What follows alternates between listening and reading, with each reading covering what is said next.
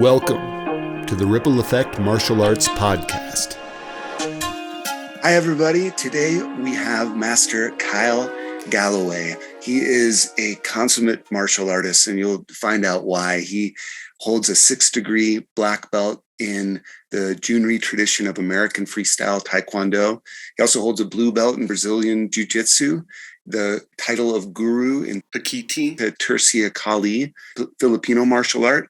He also practices Muay Thai, Silat, kickboxing, Japanese Jiu Jitsu, and is the owner and founder and head instructor of Success Martial Arts in Louisville, Colorado. I want to mention up front, too, that his wife, Master Susie Galloway, also known as Mrs. Master G, is featured in the latest Black Belt magazine, doing some super cool sword work. So make sure to check that out. Thanks for being here, Master Galloway. Oh, it's my pleasure. Thank you for having me. Can we just start off talking about something that is very much on the minds of Colorado communities along the Front Range? The Marshall Fire raged through last December and really hit Louisville very hard. You have brought together a lot of resources to help people in the community who have lost their homes, really lost everything. Can you talk a little bit about how this has impacted the community? Yeah, it was a shock for sure. Our martial arts school was actually in the evacuation zone when the fires were raging. And I would say probably 95% of our students were in needing to evacuate their homes. So we had a lot of families where the fires got super, super close. And the way that the fires spread out throughout Louisville and Superior, there wasn't a lot of rhyme or reason to why some houses burned and some didn't. Certain of our families that were able to get back into their house, and they just were in a lucky spot where the fire surrounded their house but did not burn their particular street. And 4 of our families actually did lose everything they owned. And, it's ongoing, but even the people that didn't lose everything in the fire, the amount of stress, trauma, and anxiety that we've seen in the kids and the teenagers, it's affected them. Within a few days after the fires, our entire front parent area in our school was completely chock-a-blocked full with clothing. We had collected all kinds of donations from our extended community and helped to set up like these little department stores that have been set up all around Louisville and Superior, after we allowed our families to come in and, kind of go through the clothing that we had and take what they needed. We then took everything else that we had and donated to those places. Your responsibility as the leader of this school is to teach self-defense, to teach weapons training, to teach punches and kicks and blocks and so forth. But how does it come to you that you become a community resource like this? How do you define that role?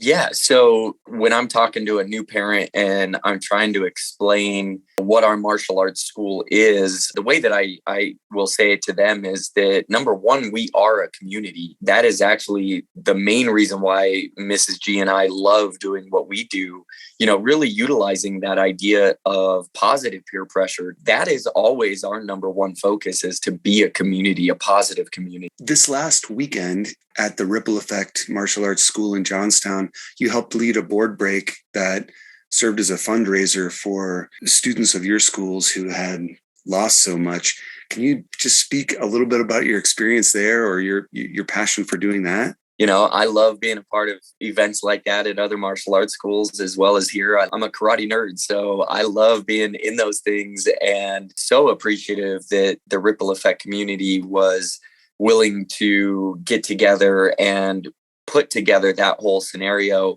in the benefit of our students, and we're already putting the money that was raised to good work. A lot of these kids are struggling with focus in school and, having emotional outbursts because kids don't have the mental development to be able to really vocalize what they're feeling internally. And so one of the best ways to help a child with major trauma like this is with physical movement. Hinging on the practice of physical movement in the martial arts, I think the first time I ever met you was in 2016, in the fall of 2016. at the Ripple Effect School in Fort Collins, and you were, as a guest instructor, teaching bow staff technique. Yeah. And I remember just being floored. Your passion is so evident, and the finesse and the coordination and the power and the skill generally of your work with weapons really defined for me the possibilities of physical movement in the martial art. Yeah. So I might get a little geeky on this one. Physical movement is one of the most important things that we are as human beings to be healthy and to develop and grow. One of the things that is being devalued in our society on a constant basis, even within schools, they are downgrading the amount of physical education kids are getting and the number of recesses that they're getting in hopes to cram their brains more with facts to do better on a standardized test. And I fully love knowledge and learning and believe in all those different types of gaining knowledge. However, physical movement is something that is extremely important as well. One of the stories I like to talk about for explanation of movement is even within trees. There's a really cool book called The Secret Life of Trees, but I don't remember if this study was in there, but there was a group that wanted to build like an indoor arboretum essentially.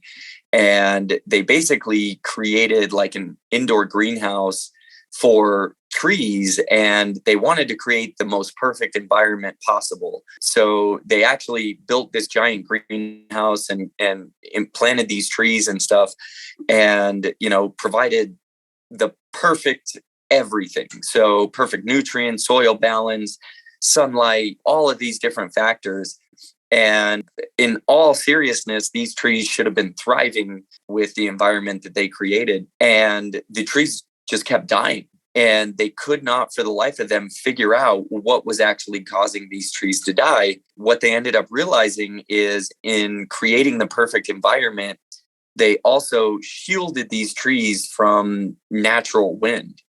So they were like, well, maybe that's the one thing missing. And so they ended up creating in the environment or recreating the sense of natural wind that would actually blow the trees, and the wind itself would move the branches and the leaves and everything that way. And as soon as they added that wind, the trees thrived. Living things that we don't typically equate movement to, such as plants and trees, they need movement to actually assist them in living. And what it turned out was that when the wind blows the branches of trees, that actually helps to push the water and the nutrients from its roots up into the leaves and the branches and everywhere else that it needs to go. And without that wind movement, the tree itself didn't have the ability to make the nutrients and everything it needed to live go from its roots up into the areas that needed it. And humans are the exact same way. So bilateral movement is a concept of kind of a scientific explanation for what people hear as the mind-body connection. It's a pretty simple statement, and it's basically that anytime you take one hand and move it to the other side of the body, and or in our case, our leg crosses that center line, then we start to activate both hemispheres of the brain. So if I'm using my right hand over on this side of my body, then ultimately, left hemisphere of the brain is controlling the right hand. As long as it's staying over on the right side of my body, then I'm only using the one side of my brain. As soon as my hand crosses over, now the right side of the hemisphere of the brain is activated, as well as the left side, which in conjunction starts to really strengthen the corpus callosum, the center nerve structure that connects the two hemispheres. It starts to teach the left and the right hemisphere of the brain how to communicate and how to do it well. It strengthens the connections of the neurons. It cleans the old neurons that are there. It starts to create neurogenesis. Just basic martial arts is one of the highest forms of movement you can do to create bilateral movement. It literally does increase the intelligence of people. It does help to really increase the intelligence and the health of the brain. It helps us to purge excess energy. there are so many different things that movement does for us. And I love martial arts, and I love movement in general. The Olympics are happening right now, and I adore watching the Olympics. I will watch anybody do anything that is a master of their particular art. And, I don't care what sport it is.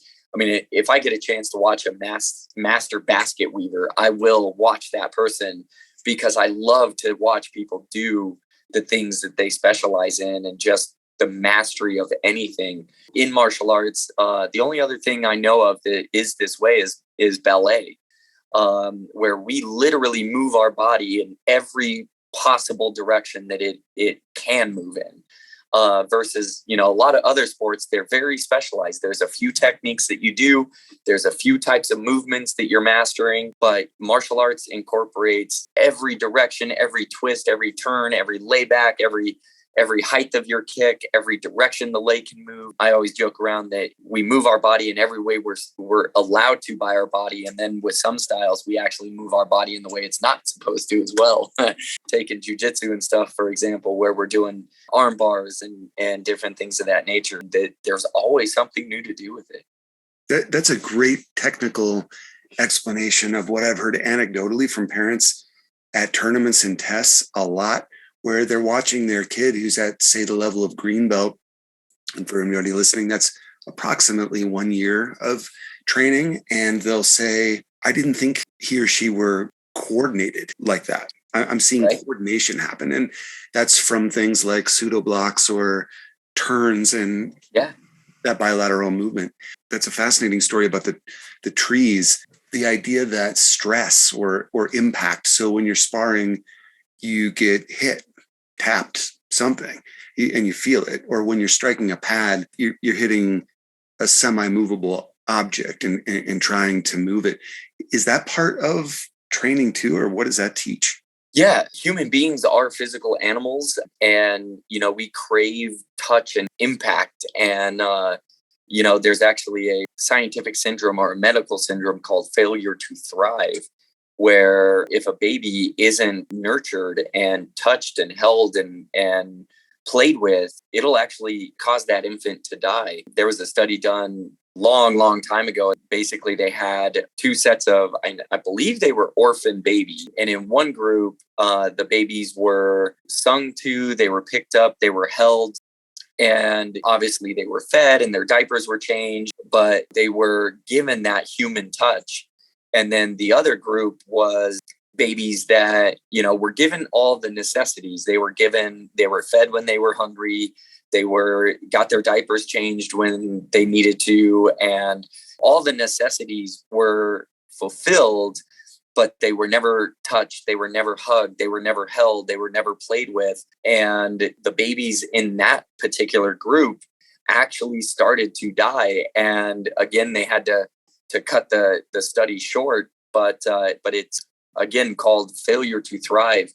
And so when we're deprived of that kind of contact, the negative impact that it has on our lives is amazingly devastating. Within martial arts, like that ability to exercise our negative emotion. One of the things that Mrs. G and I do quite a bit along with our martial arts is energy practices, doing meditations and qigong and, ways of exercising energy in our body.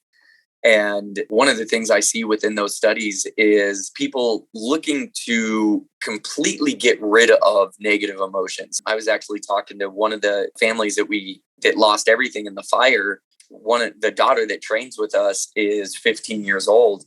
And she's actually eligible for her 3rd degree black belt in March, but because of the fire, she's actually choosing to postpone until September. And she was just telling me about how much of a lifesaver coming to martial arts class is, because there is all these pent up negative emotions from the fire. She's spoken to people and she's done all the traditional things of managing her emotions surrounding the fire, but it doesn't exercise all of those things out. And so the thing that has been the most cathartic for her has been coming to class and doing mitt work. And as we're practicing boxing combos and hitting the mitts, and being able to use controlled aggression through our boxing and taekwondo training and punching bags and mitts and x-ray sheets, it just provides an extra layer of therapeutic action to exercising those negative emotions. And even people that haven't gone through major trauma like the fires, we experience negative things all the time. We get frustrated with ourselves, and it might not even be negative emotions in your life. It might be that you decided to watch the news for the day. And, it's more important than ever to have multiple ways to exercise those. And if you don't have a physical way of doing it, then you're never really going to exercise those emotions out. When kids are coming in and getting good exercise and getting the chance to punch and kick pads, and it gives them that chance to exercise those emotions in a very healthy way. Thank you for listening to the Ripple Effect Martial Arts Podcast. Find episodes and more at rippleeffectmartialarts.com.